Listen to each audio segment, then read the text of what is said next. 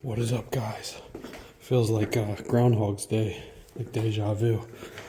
5 o'clock in the morning, I got the trash. About to hit the gym. Been watching the channel for a while. You know, sometimes I tell you that in the morning I read that YouVersion Bible app. Well, I was reading James this morning and I was thinking, dude, it's describing me. I'm like a guy with a double mind. Like on one hand, I want to have 911s and Anna Maria Island beach house, you know what I mean? And on the other hand, I want to be like amongst the, like James, I want to be like amongst the people. And I want to, like in James, it was talking about how, like the rich man, he's not taking any of that stuff with him, you know what I mean? Gotta get back in action. The gym, but you know, I got an extra minute. I'm gonna go cruise through the Porsche dealership to see if the car's in the shop. Because remember I brought it to the shop? That's kind of what was making me realize, I'm like, I don't even care about having the car. Check out those dogs. They're cool looking. I'm like, I don't even care about having the car. That guy's putting carts away. Look, he's doing God's work. He's out here at 5 in the morning just putting carts away, just be a good citizen. Like, I don't even need the 911, dude. I'm cruising in this thing. Give me a Camry or something. Get me back on the streets. My happiness is inside my head, my family. It's not in the car and all that. I do love the sound of turbos, but let me know if anybody wants to buy the 911. Well, it's got a new windshield now. I think it's going to have a new windshield, new tires. And the tires come with a warranty. I didn't know that. I wouldn't have waited so long to get the damn tires. The girl's like, oh, you have the road hazard and all that stuff. I'm like, oh, wait, what? She's like, yeah, it's all covered. I'm like, oh, damn. I'm like, I waited forever to come here and get the tires. Look at the GT3 RS. Look, I say that, and then 2 seconds later, Turbo S. See, this is the double mind. I'll just show you guys what they got. 991. I like that one. 991 Cabriolet. It has turbos. A while back I was saying put white wheels on it and a Tech Art body kit. 991 Carrera. Oh, what do they got in there? Check it out, a 964. Is that a Targa? I think that's a Targa. I don't know if you guys can see it. I think it's a Targa. And then we got a Targa here, a new one. Then you got the tennis ball looking colored 2025. Damn, that's nice too. Man, look at that one. I just like the way they look. That's the problem. I just love the way that the hips look. I just love the shape of the 911, dude. And it drives so nice, and the turbos, and the engines in the rear. They're just clean, dude. They are just clean. Oh, that Panamera's still here. Dude, I was looking at this Panamera. This thing is nice. I'm going to hop out real quick. They're going to see me on the camera again. This time with their loaner car. Up here at 6 a.m. Like, what is this guy doing? He's back up here with the car we gave him. Here, look at this one. I like these 2025 wheels. They're nice. Dude, I think this is nice. This blue color with the silver wheels. Look, with the tan interior. That thing is nice. What do you guys think of this color? Leave a comment. I think it's kind of cool. This one with the aero kit's wild looking, isn't it? Thing's awesome. They got a Boxster or 718. I think it's a Boxster. I like this white Carrera with the tan interior. Let's check out this Targa. Oh, dude. Oh, that's not a Targa. That's a Cabriolet. It's got white wheels. That might be a Speedster. What is that? I think that's just a regular Cabriolet 964. Look, it's got white wheels. No, it might be a Speedster. I could be wrong. I think it's a Speedster because of the wheels. And it looks a little longer. That might be a Speedster. I could be wrong. It's pretty cool. Alright, we gotta get to the gym. I'm wasting time. Oh, that's not white. That's silver. Or chalk. Man, that Panamera's clean. I could keep it daily driven Porsche, but that's not downgrading at all.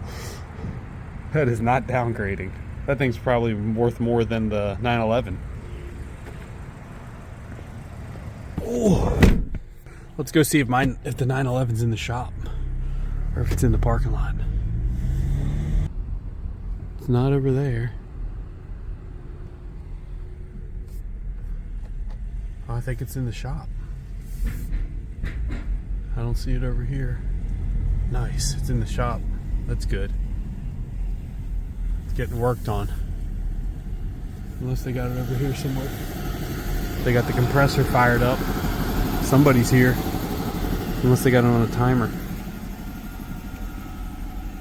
Yeah, I think it's in the shop. Oh wait, there's the shop. Yeah, wait. No, I don't see it. I want to see it. Oh, there it is, right there. I don't know if you can see it. It's sitting down on the ground right there. The black one. In the Bible, in James, it says, a double-minded man is unstable in all his ways. See, I hear stuff like that. I'm like, damn, dude, I get on solid ground. You get what I'm saying? No, I just think about those things like cars just rust. You know what I mean? And get old. Our bodies age.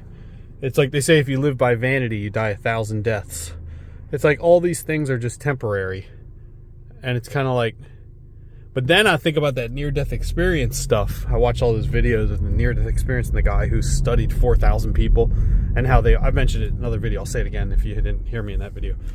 And the guy was saying that they all the people that had the near-death experience, they all had one similarity, and that's that they had a life review. And they all described the life review as not them like their life flashing before their eyes, but the way that they like treated another person and then the ripple effect it had in that person's life, which was pretty wild. And and I was thinking, it's more like kind of like when I say like storing up, like maybe I'm storing up money in the wrong account.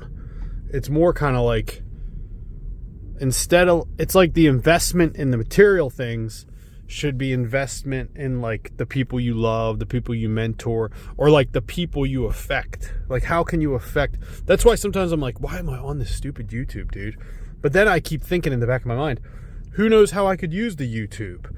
You know what I mean? Like maybe I could help one person, or maybe some mistake I made, I could just tell someone that's like 22 and they're like, and I'm like, dude, just don't make this mistake, or make sure you do this if you're gonna be a father or husband, you know, like. So that's why I think like, I'm like, maybe I'll keep the YouTube or stay on YouTube.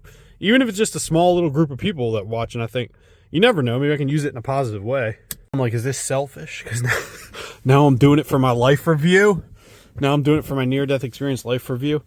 No, but I'm saying like, what if like there's one thing I say, or even what I'm talking about right now, could like shift someone's life in like a positive way. You know what I mean?